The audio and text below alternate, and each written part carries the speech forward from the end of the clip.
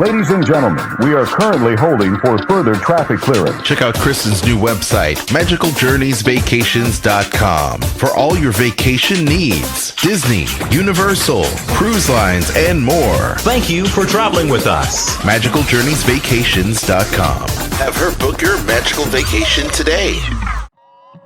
WDW After Dark, now loading.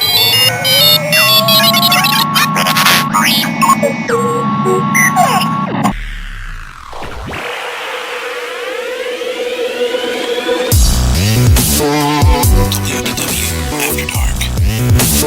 WDW After Dark. Live and uncensored. Starring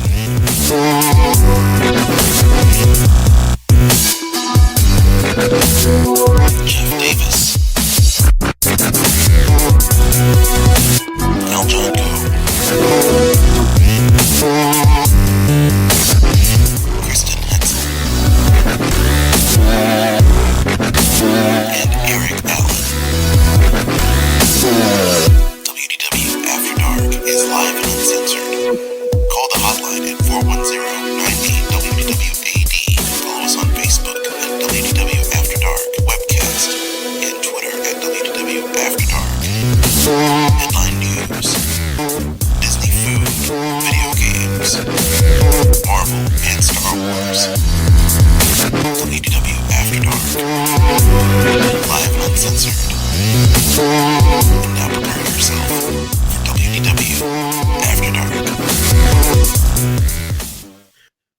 Welcome, one and all, to another edition of WDW After Dark here on YouTube and also over on iTunes. So glad that you're able to join us and bring us into your home for a little Disney discussion as we talk about the Disney parks, Disney foods, movies, Marvel, Star Wars, all kinds of different things. We talk about it here on the show, and we're glad that you're able to join us.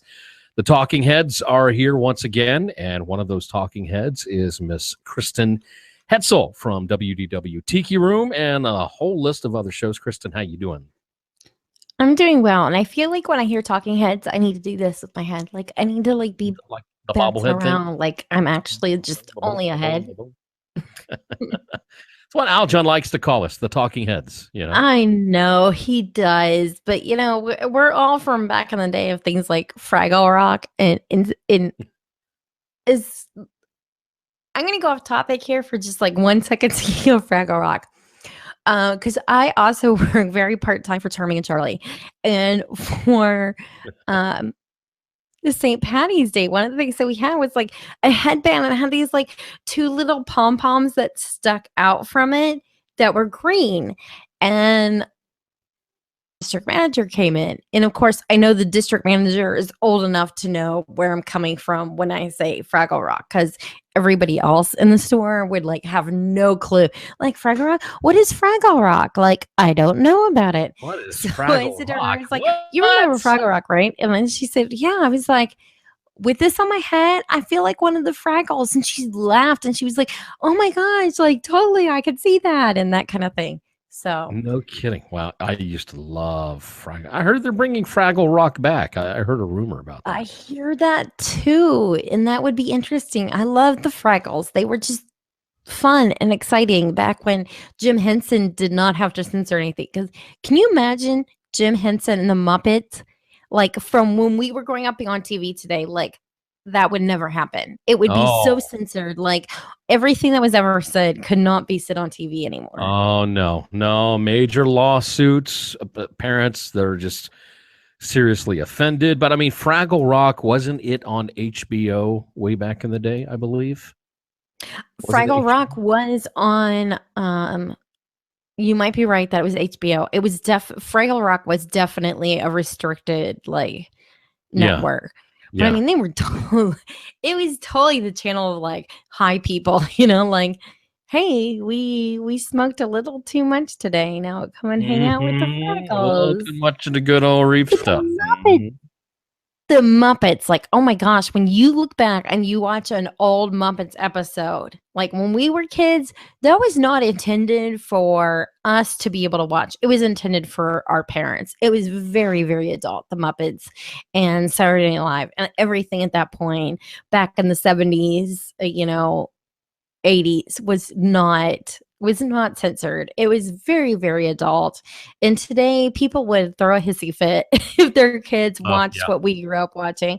And you know what? I can say I am so glad I grew up on that, because I just don't see I don't know. I mean, I had friends whose parents were very strict with what they would allow their kids to watch, like George Michael's. Oh, you cannot listen to George Michael. Like, he is awful. He encourages bad things. They were not allowed to watch horror movies, and I was allowed to watch anything.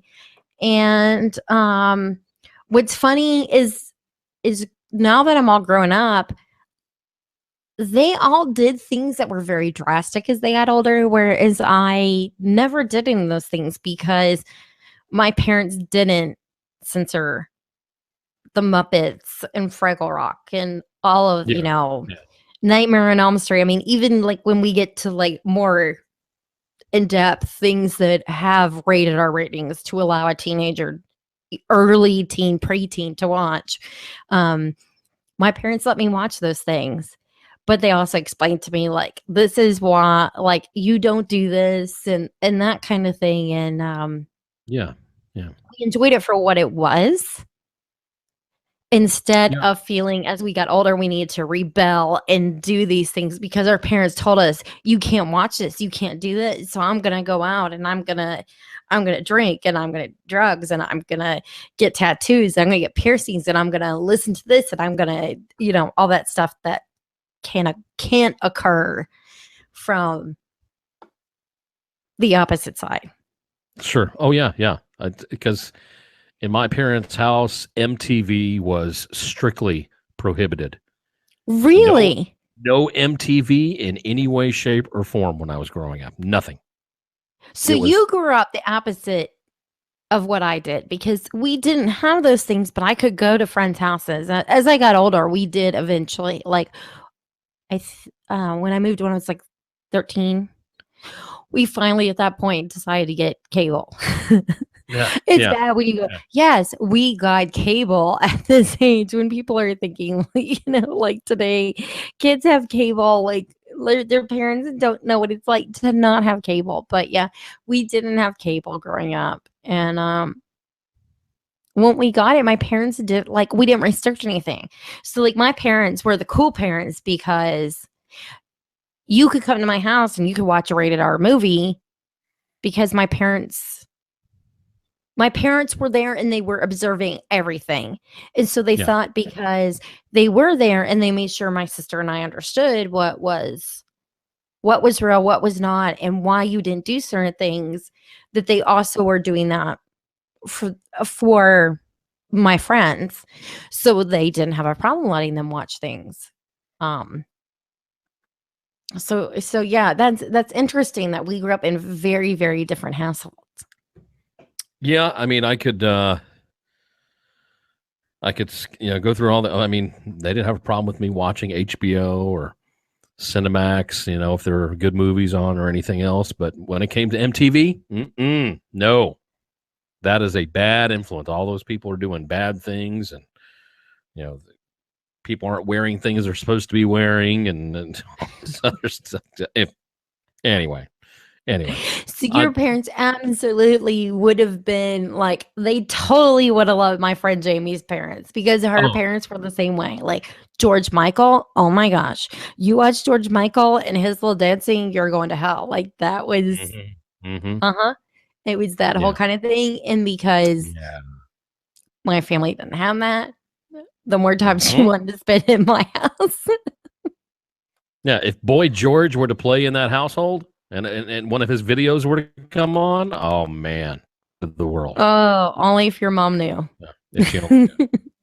What happens when they're away? They don't need to know about. Even though I'm 41 now, they still don't need to know when I watch back that. But That's not important right now since we're off on this really wild tangent as we get the show started. So like I said, Kristen is here joining me for our Disney discussion. Oh, by the way, I'm Jeff. Hi. Again, glad that you're joining us. I'm the host of DW60, Sorcerer Radio at SRSounds.com. And like I said, we're here for Disney discussion. Kristen posted a really great question in the Sorcerer Radio Disney Fun Zone. Before we get into that, should we go into the movie discussion about Thor? I think we should, but I need to mention our sponsors first before we even go into that. So we're gonna cover the movie trailer. We're gonna cover the Disney discussion question, but I want to tell you about sponsors real quick because our sponsors is what helps keep WDW After Dark running. If you head over to WDWAfterdark.com, you'll see our sponsors page and you'll see 3 very important sponsors that really help us out a lot. And all you really have to do is just click on that sponsor, and it helps out getting us headphones, pop filters, microphones. Kristen's advertisement of different things with her finger. That's what it helps out with. Neat microphone right here. Neat microphone. Right there. It's like a nice little bumblebee. Bzz, bzz, bzz. Just don't tap on the microphone. She hates that. She hates it when people tap on the Yes, please do not do that. So don't do that. But if you click on these sponsors, it definitely helps us out. One of them is Magical Journeys Vacations over at magicaljourneysvacations.com, where Kristen can get you a wonderful, fantastic, and memorable vacation, whether it be Disney, Universal, a cruise line, whether it be Caribbean, Disney Cruise Line, Carnival, whatever. Adventures by Disney. She covers a lot of different things. So head over to magicaljourneysvacations.com using our link over on the website. And I do want to say, because many adults are listening to our discussion, we know you like to eat specialty dining. And we know you like all you can drink, unlimited drinking. Yeah, Norwegian Cruise Line, I can find you the deals for both of those. See? They have nice promos for that. And I can tell you, being that I have been on a couple of their ships, oh, are they worth it? It is a very, very nice promo to enjoy. People, she speaks the truth here. She's speaking the I was truth. actually looking for one of those routes on a night day. People, we're looking for all you can drink instead of all you can eat. Oh, it's terrible. Always all you can eat on the ship. That's the thing, though. That's the thing. Kristen's going to all find you can drink. Yeah, that's where the money is at, people. She's going to find the that's deals. Expensive. Like, if you were to pay out of pocket for that, it's like 80 something per person a day. So the amount that you save is astronomical if you like to drink.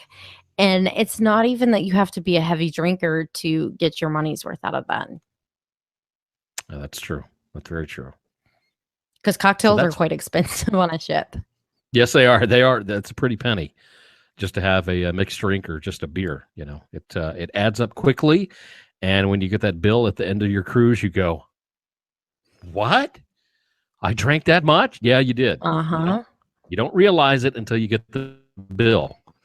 So that's the deal, folks. Kristen looks for those special deals. She saves you money. She helps you plan your vacation to where it's going to be a magical one, a great one, or a very drunk one. It's whatever you choose, but she's going to help you. And use that link over at WDWAfterdark.com for Magical Journeys Vacations. Also, check out the latest in products that are good for Halloween, that are good for Christmas, good for birthdays, anniversaries, or if you just need a 6-pack of Coke. Doesn't matter what it is, you can find it all over on Amazon. Use the Amazon link for our WDW After Dark website. And finally, movies. We'll be talking about one here in just a couple of minutes, but upcoming movies for the summer are going to be huge. Not just Disney, not just Marvel, but lots of other movies that are going to be fantastic in 2017. And the easiest way and the quickest way to get your tickets for these movies is Fandango. And you can find that link. Just click on it over on the sponsors page for WDWAfterdark.com. Now, let's get into some Disney discussion. We're talking Disney discussion here on WDW After Dark. A couple things to cover. We've got one quick one for just a little tidbit to give you in case you missed it, which I can't imagine how you did. But we got a movie to talk about, and we have a Disney question that we're going to rank and answer for you guys, and we'd love to get your comments on it as well after the show. But first, I want to talk about last week. I believe it was on Tuesday. The teaser trailer for Thor, Marvel's Thor, Ragnarok came out.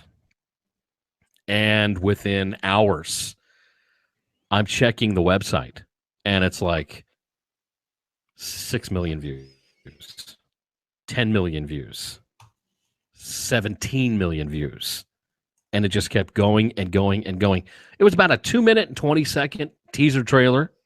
That's what they want to call it, a 2-minute, 20-second teaser trailer for the new Thor Ragnarok, which features one of the least seen Marvel characters in the movie world. The Incredible Hulk is also going to be in this movie. And if you have not seen this trailer, people,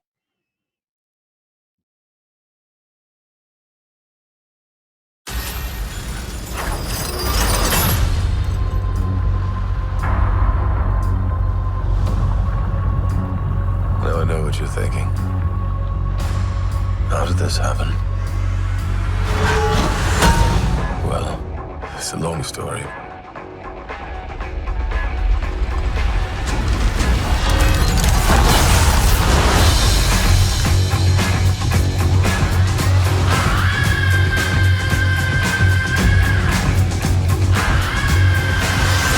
Asgard is dead.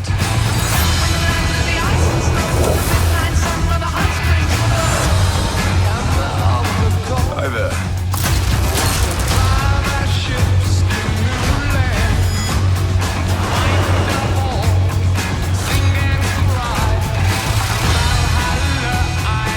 What have you brought today? Tell me.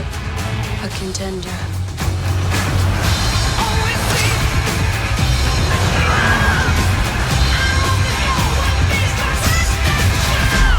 It's main event time.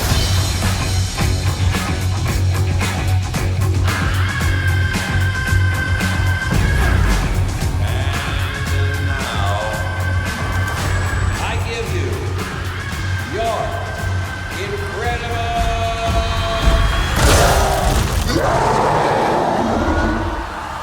Yes! We know each other. He's a friend from work. Oh, come on.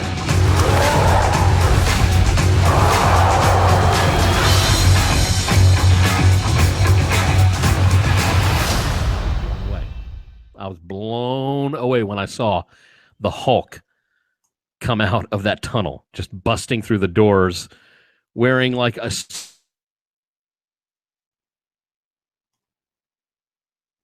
Spartan helmet, time, old ancient medieval type gear and everything else, ready to just kick some Thor butt. And he gets all excited. He's like, "Yark!"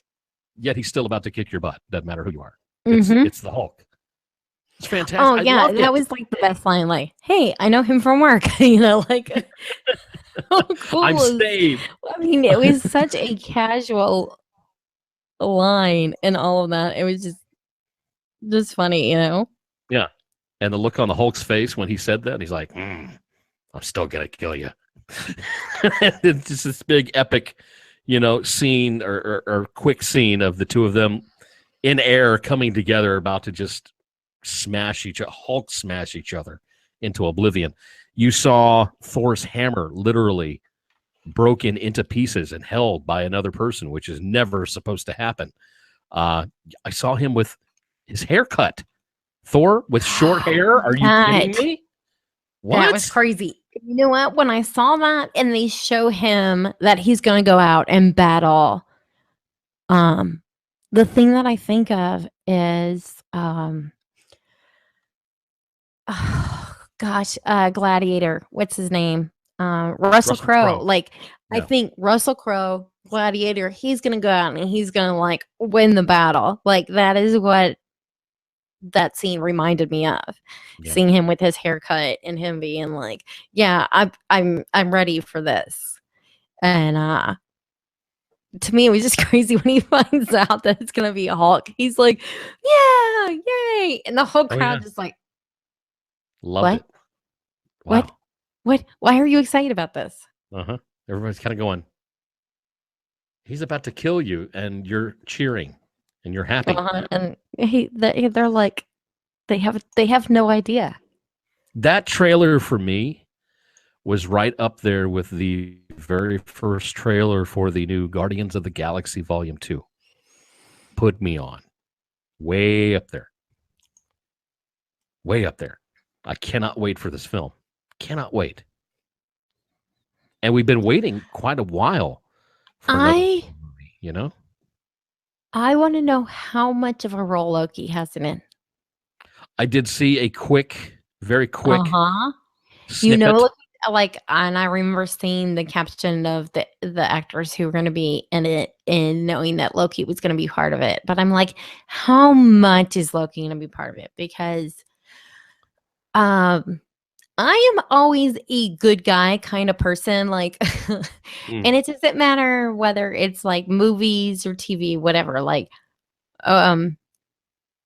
for example, one of the least favorite people in wrestling right now is John Cena because he's always a good guy.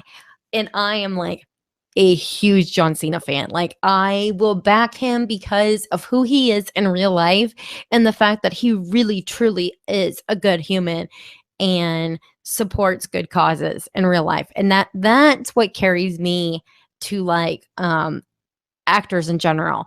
So if I find out an actor supports some cause or says something that I am not for, then it really kind of destroys me. Yeah. But you know, you have the character Loki, who is a bad guy, and he's really the first bad guy that I've really truly gotten behind. I've always been a good guy kind of girl. Like I want the good guy, but he needs to be a little bit edgy. You know, like Batman. Batman is the only DC character that I like because Batman is a good guy, but he's edgy. He kind of bends the rules. Yeah. Yeah. You know where I'm going with Batman. I get what you're saying. Yeah, I do. So I really like Iron Man. I really want to like Captain America, and there's something I do like about him, but he's too good. Like I cannot get behind Captain America. He's like too Very good for wholesome me. Guy, you know. Just like you just want to go, that is not what real people do. And you get that. Yeah. He comes from, you know, an era that's decades earlier. So yeah, but no, I'm not behind Captain America. So it's very unusual for me to support a bad guy, but there is just something about Loki that I really like. And then since that, a couple years ago, getting to see Tom Hiddleston in person and getting to see him sing songs from the Jungle Book and getting to kind of see him be a real person even made me like Loki even more, because not only did I like Loki as like a bad guy and a villain kind of character who had this kind of, in a sense, desire to be good, but couldn't be good. Yeah. Yeah. And then you see him in person do these things that your average actor would be like, no, I'm not going to do that. I could look like an idiot. And he's like, yeah, the crowd's cheering. Okay, I guess I'll sing a song from the Jungle Book, you know, and it made me like Tom Hiddleston as an actor, which then made me even like Loki more as a character. So it's one of those where like kind of like, it's kind of like one of those 2020 kind of things, you know? Yeah, sure. But It I will, really would be interested to see how much of a role he has in that. well, we did see Considering what they- happened to him at the end of the last Thor movie. You know, he was sitting on the throne of Asgard, disguised as his father. So hard to say what's been happening since that time and what role he's going to have. Maybe he's there to help Thor get out of the situation that he's in, along with. We'll just have to wait and see. But the interesting thing about it, it's coming this year. And remember, you can get your tickets via WDWAfterdark.com and the Fandango link. Get them early, get them soon. So what do you think is going to happen, Jeff? I don't want to speculate on that. This reminds me of it was Thor. No, it was Hulk versus something. It was an animated movie that Marvel did a couple of years ago. And this fight scene between the Hulk and Thor is what it reminded me of. So I kind of want to go back and I want to watch that, movie again to see what happens. And then maybe that'll give me a better idea to kind of speculate as to what happens. I don't want to do it right now. I want to watch that one more time. Even though, based on what you've seen so far, you don't want to give a guess as to where you think the storyline's going? No, I don't want to as of yet. I'm not quite there. I'm not as educated on the Marvel universe from the comics and everything else. You're a DC guy, aren't you? I'm a DC guy. Yeah, I'm a DC guy. See, and we don't have the two Marvel men here tonight. We don't have Eric and we don't have Aljon, who are both like Aljon. The one thing that I knew prior to getting married is that he was a big Iron Man fan. So I knew I knew like forever that he has been like he knows his Marvel. And I can say, as you know, I have mentioned it many times, I between the two am more of a Marvel girl because I like to base things in reality, and Marvel does. But that's always the thing I've loved about Batman is he is a man, and that's all he is. He is a man who has money and has found a way to do good. And he borderlines on taking the law into his own hand. So I've always been able to relate to him. So I've been told I need to watch all of the Punisher stuff. I need to read the Punisher comic books because the Punisher is like in Marvel, he is like the equivalent to Batman. Yeah, see that's why I as a child, as an adult, and as a veteran, I closely relate with the Punisher itself as an icon, as a symbol, but what he stands for as well. So who is your favorite character then in the DC world? Batman? In the DC world, it is Superman because why? He's so not. Well, the reason is this. Is because during my childhood is when the Christopher Reeve Superman movies came out. Of course. And even though I had a Batman cape that my grandmother made for me, really? Yeah, my I've got it in my bedroom right now, as a matter of fact. Oh my gosh, that is super cool. Let me see if I can get Nicole to bring it to me. You and I could have been friends as kids because I would have been like, "Hey, can I steal your Superman cape?" I'd love Nicole to come and bring it to me because I mean it's something my grandmother just made out of fabric, and it's the old Adam West style Batman cape from way back then. But I grew up watching Christopher Reeve as Superman, and each one of his movies I have watched over and over. Even as an adult, I've watched them over and over and over again, and I just related so closely to him. She tell her she did Batman cape. Oh, Batman cape is here. Okay, so yeah, let me show you this real quick. And remember, this was back in the 80s. No, I know. Yeah. That my grandmother. I know where you're going. Which Batman this is? This thing is like I told you, like as a kid, literally. This is I 35. never and I give you crap for Superman because I have never understood him even as a kid, but I have always understood Batman. Yeah. This thing is probably about 35 to 40 years old, roundabout. And it's, let me just, there we go, right there. Oh my gosh.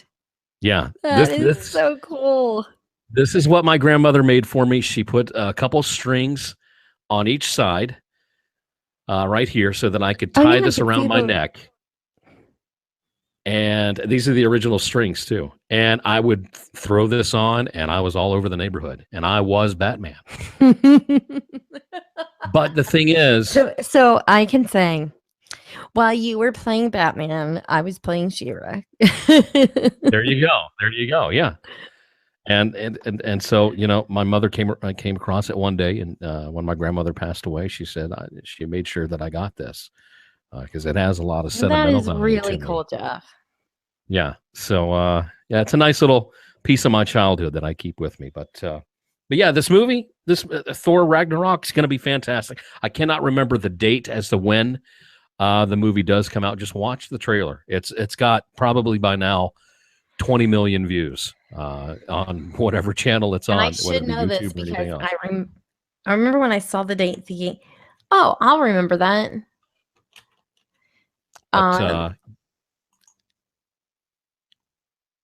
Hold on, I'm pulling up right now.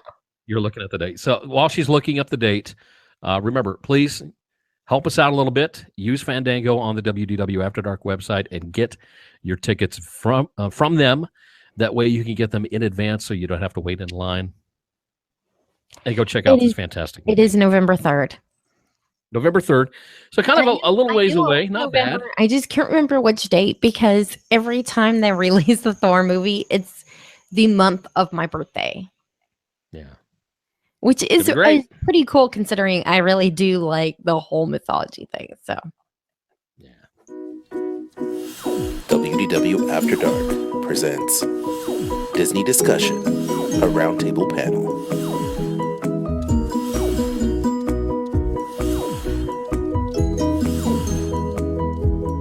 Okay. Well, let's get into our Disney discussion here. We need to run down this top 4 Disney parks as we rank them. Kristen asked this question. Rank your Disney parks from the least liked park to the best park that you like. And the interesting part about it is that you can include both Disney World and Disneyland as well. It doesn't just have to be, California or Florida. You can use both, or you can use. Can they use Paris? Can they use Shanghai? Can they use Tokyo? Can they use Hong Kong? I mean, they can do whatever they want. However, since the people who listen to either Sorcerer Radio or WDW After Dark, Dining at Disney, most of our people are in North America. That's why I said in that post, Disneyland or Walt Disney World of rank your park. So if you're a Disneyland person, rank your 2. If you're a Walt Disney World person, rank your 4. If you're both, then feel free to rank the 4 and then rank the 2. There you go. However, many people threw everything Disney parks together and ranked them.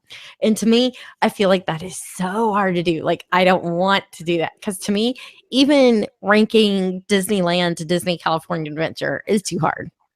It is. It is hard. It is definitely hard. But for us, what Kristen and I are going to do, we are going to rank the Disney World parks. That would be Magic Kingdom, Epcot, Animal Kingdom, and Disney's Hollywood Studios. So we've got our top 4. This is what we're doing. But for our YouTube watchers, put your list in the comments below. If you're tweeting us at WDW After Dark on Twitter, send it to us that way. You can use and the way that she suggested it. But we're going to do our top 4 here for WDW After Dark. All right, Kristen. So number 4, of course, is going to be your least favorite. Number 1 going to be your favorite. Start with number 4. What do you got? Okay. At this moment, it is very easy to pick number 4. Now, give it a few more years. Ask me in 2019, 2020, this might all change drastically. Actually, it might even change later this year. But for number 4, I am going to go with Disney's Hollywood Studios because the fact this park is majorly under construction. And what is left has been parts of the park that have been there forever. I mean, my first trip to Walt Disney World was in 1991, and I saw the Indiana Jones Epic Stunt Spectacular, and that is still going on to this day. When I think about the number of years that I have been able to see it, I'm greatly disappointed in the fact of Disney not doing something with it. You have that. So many attractions have come and gone. You have an update to Star Wars. That's a plus. That's one of the reasons to go to that park. Toy Story Mania is another reason to go to that park. And then the other 2 options to me, you have Rock and Roller Coaster and Tower of Terror. Tower of Terror is awesome, especially when you compare it to what Disneyland had. There's a very different experience, definitely a more dramatic experience. When it comes to Rock and Roller Coaster, there could be much improvement on that, and I'm hoping with the updates to the remainder of the park, once Star Wars Land, whatever that is called, the Star Wars experience, whatever. I do hope to see an update to that attraction to make it smoother, because honestly, it jerks you around way too much. Considering current technology for roller coasters. So, I had to put that, and the fact of the food options have always been subpar to me overall. I mean, you do have Hollywood Brown Derby and its lounge, which are great. And then for a really fun atmosphere, you've got 50s prime time if you like the food, which it has very good pricing for food for Disney parks. It's definitely worth making a stop and sitting in the tune-in lounge if you're an adult and having a drink, and you can order off that menu. And then I do like the changes that they made for Rizzo's Rizzo's Pizzeria, or what, I can't think of what it's called, but you know what I'm talking about. Right, yeah. What replaced Toy Story Pizza Planet. Yep. It looks really cool. If you haven't had a chance to stop by there for quick service, definitely do so. But that's why it makes my number 4. Okay. Sounds good. And you? I'm just going to say ditto on everything you just said, because Hollywood Studios was my number 4 as well. And for pretty much all the same reasons. Exactly. It's a shell of what it used to be, but the future is promising. Very promising when it comes to Hollywood Studios and all the changes that they're making with Star Wars and Toy Story. And it's going to turn out to be a really fantastic park. And once that does happen, it'll go up on my list. But right now it's at number 4. So, okay. So then, what's your number 3? My number 3 is Animal Kingdom, and it only gets a 1-up on Hollywood Studios because of what's coming in a month and a week's time for Pandora: The World of Avatar. Opening up on May the 27th. Otherwise, it's still got the same old stuff that it has had in the past. Expedition Everest, Dinosaur, Kilimanjaro Safari, Kali River Rapids, and some good shows, a petting zoo, and I love the sheepies. Yeah, and of course, even though I've never seen it before, it has Festival of the Lion King as well. And wait, you have not seen Festival of the Lion King? I've never seen Festival of the Lion King. Never seen it. Oh my gosh. Yeah. And you've seen Nemo though, right? I've never seen Nemo. Okay, you're not missing on Nemo, but you need to see Festival of the Lion King. And see, I'm just not a show guy. I'm not a show guy. But you know what? It's not your normal show. Like I can That's see what they going. tell me. I'm not a They tell me show that, person, yeah. so I don't want to see Beauty and the Beast live on stage. I don't want to see Indiana Jones. I don't want to see Finding Nemo. This one, there's a very different aspect to the show that you have to do it once, and then at that point you can go, it's not for me, or I definitely want to see it again. Yeah, it's on the list for this upcoming trip. I will say that because I didn't get to see it the last trip because I got sick and I missed the Fast Pass and everything else. So Nicole told me, she said, you're seeing it this trip. While we're there seeing all the Pandora stuff, you're going to see Festival of the Lion King. So with Pandora coming, that's why I put it at number 3 ahead of DHS. What do you have for number 3? This is where it becomes very hard for me. I'm gonna give and we're probably gonna receive a hate mail for this. My number 3 is Magic Kingdom. Oh, what? I love Magic Kingdom. Okay, see, my top 3, it's very, very hard for me to distinguish these because there's very different reasons that I love them all, and there's very different things that I think they all need to work on. But Magic Kingdom, I really do love the attractions. It was the first Disney park I ever went to. My first attraction was Pirates of the Caribbean. The first place that I ever had a meal at was Tomorrowland Terrace, which is, it pretty much does not exist today. Like the Tomorrowland Terrace that I ate at isn't there anymore. So I have very fond memories of Magic Kingdom, but there's certain things that are the same old, and could really be improved when it comes to the Magic Kingdom. So I'm sorry. I love you, Magic Kingdom, but you're number 3. Send all of your hate mail to Kristen at WDW. Everybody has their own personal little, that's okay. That's okay. It's not for everybody to be at the top of their list. Understandable. I get it. I totally get it. How about number 2? What do you have for number 2? Okay, I'm going to give Animal Kingdom my number 2. Again, my 3 are so close to each other. That's really hard to say. I really believe all of them need improvement somewhere, but I love the animals.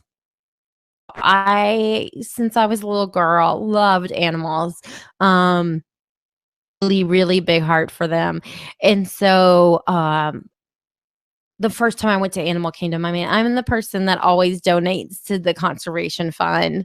In high school, I donated money and was a sponsor to at the time it was called a Siberian tiger, which now they call them the Amur tigers, and you can see them in Animal Kingdom because there's very few in Siberia anymore.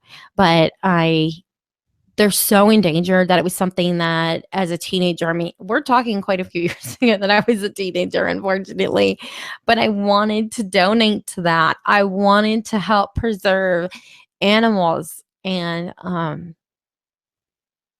to me, there's animals in preserving nature have 2 benefits. Number 1, we can't survive without them. They can't survive without us.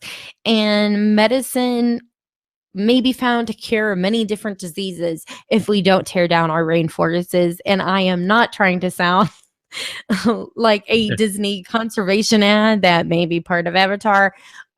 It's something that I have truly believed since I was a child, that the cure for things can be found in the strangest, rarest of places in the world. And so I want to conserve all that. So I've always wanted to like support the tigers, and I am a cat person of all cats, whether it be the kind that we have so-called domesticated in our house, or the very wild ones that we could be their dinner. Yeah. I've always just supported them. So the animal kingdom is the perfect place for me. Good variety of food. I love Yak and Yeti and Flame Tree Barbecue. And if you're an adventurous eater, there is nothing better right now at Disney than Tiffin's. I mean, that place has some very unique foods on the menu. And upcoming Avatars. Still have not seen the movie. I really, really plan on doing so. But I have a lot... I have a lot of love for that park, so. I got you. Yeah. So where's your number 2? Number 2, and it hurts for me to say this, really does. I put Epcot at number 2. As soon as you said it hurts, I knew that's where you're going. Yeah, because and the only reason I'm putting it at number 2 is because a lot in my mind, Epcot is a shell of what it used to be.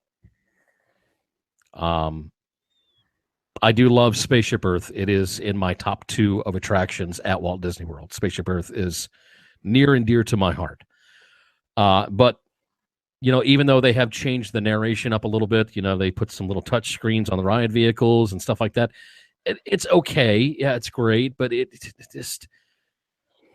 I don't know. It still needs something that it doesn't have, and I wish Disney would fix it. But when it comes to the rest of Future World, World Showcase aside, World Showcase is fantastic. Great restaurants, great shopping, great atmosphere, a great show with illuminations. World Showcase is wonderful. But with Future World, Innoventions has become a shell of itself. All of those companies have pulled themselves out of Innoventions. They have pretty much no exhibits anymore whatsoever. Then you've got a pavilion that is sitting there and crumbling piece by piece when it comes to the wonders of life.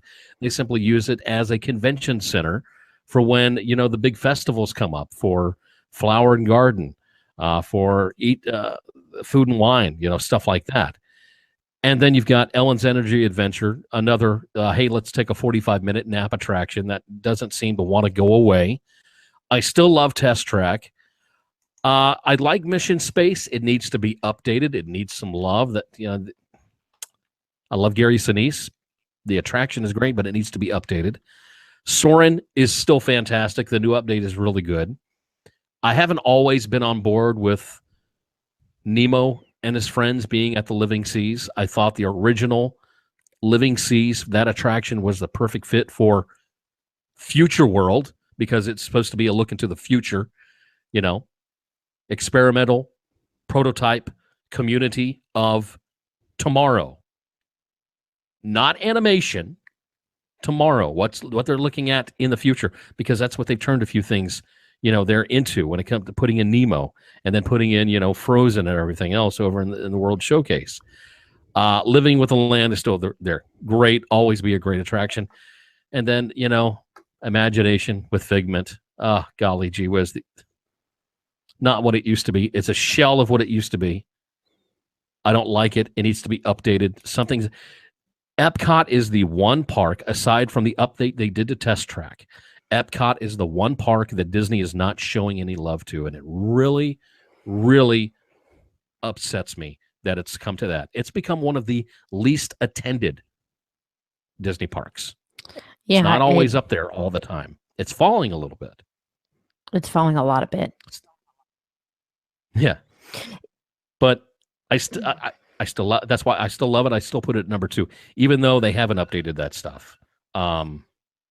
Yeah, number 2, Epcot. So, and of course, that means that my number 1 is Epcot, but I have the same issues, and that's why it could have easily been a number 3, because there's a lot of things that Disney needs to improve. Attractions, it is the most neglected park. I mean, okay, so I have decided that the next time I go, I am going to take a picture of Wonders of Life, because they use that now as the welcome center for whatever festival is going on.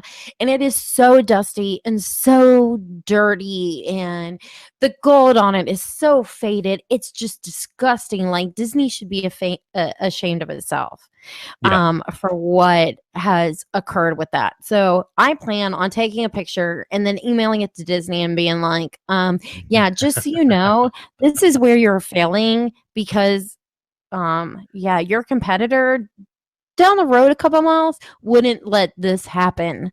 You need to fix this. It needs to be cleaned. It needs to be painted. It needs to be updated. I understand you hate this, and that's why there is nothing in that pavilion going on, but you need to do something with it. Yeah.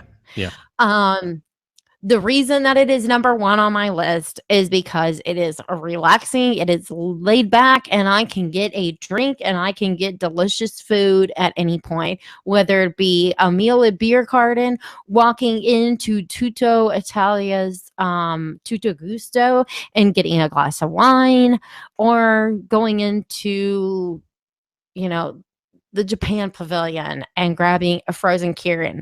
There is something I can get every single pavilion that is yummy, delicious, and makes me either happy, whether it's food or drink.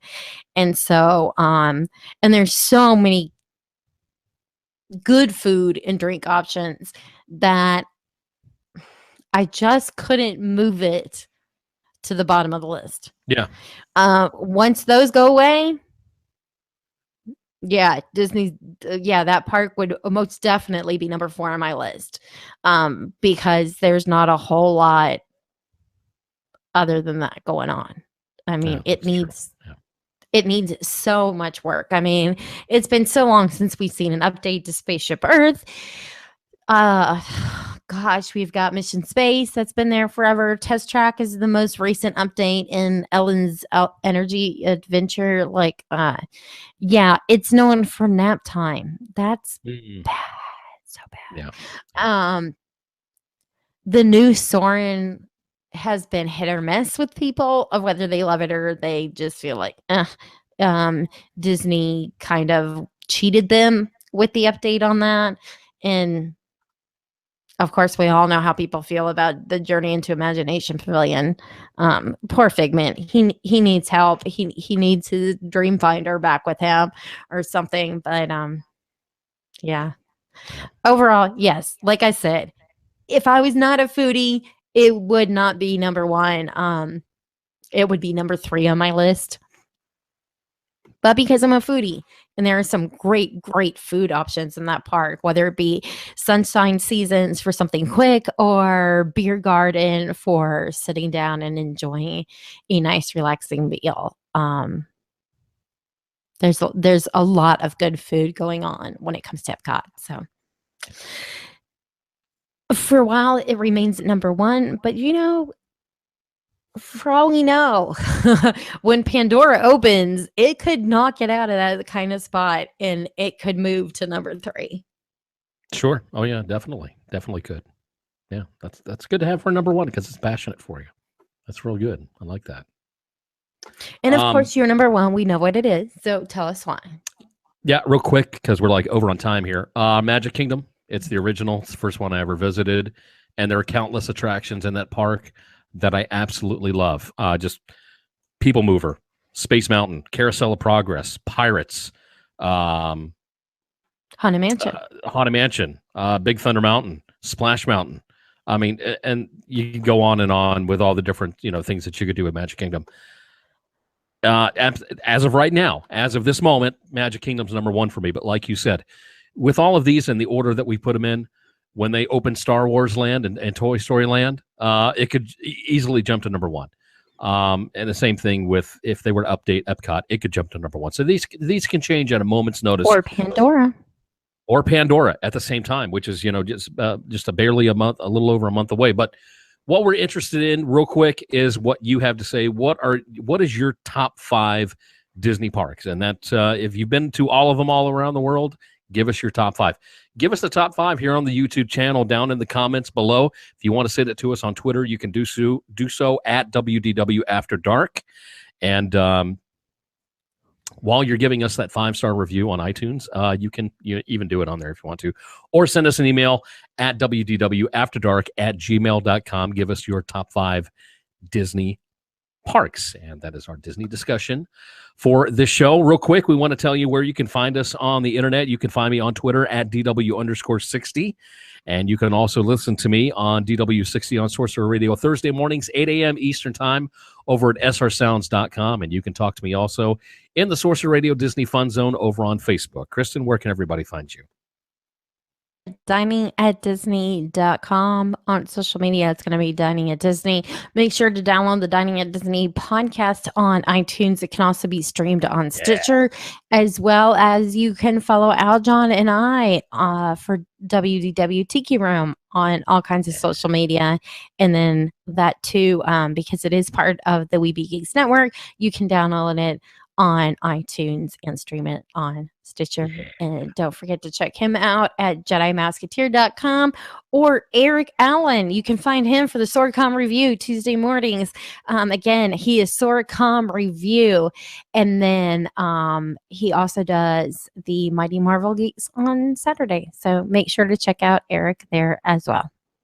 Great lineup of podcasts, shows, blogs, all reviews, all kinds of stuff. We've got a lot to offer, and we'd appreciate it if you go by and check out just, one or two of them. That'll be just fine. But we got lots of content to put out to you guys, and we hope that you enjoy it each week that we bring it to you. Kristen, anything else before we get out of here?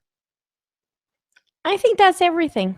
I think that's everything. Okay, that's all from me. We will return next week with a new edition of WDW After Dark, where we're going to look at the headlines, Disney food, Marvel, Star Wars, Disney parks news, and a whole lot more. We hope that you can join us for that, either here on YouTube or over on iTunes. If you're watching us here on YouTube, make sure to hit that subscribe button. Subscribe to us, hit the thumbs up button, leave comments down below, leave those 5-star reviews over on iTunes when you listen to the podcast. We definitely appreciate it as you download and enjoy everything else. Until next time, have a wonderful day, have a wonderful weekend, have a wonderful week. We appreciate you guys watching and listening. Always remember, it is better after dark. Take care.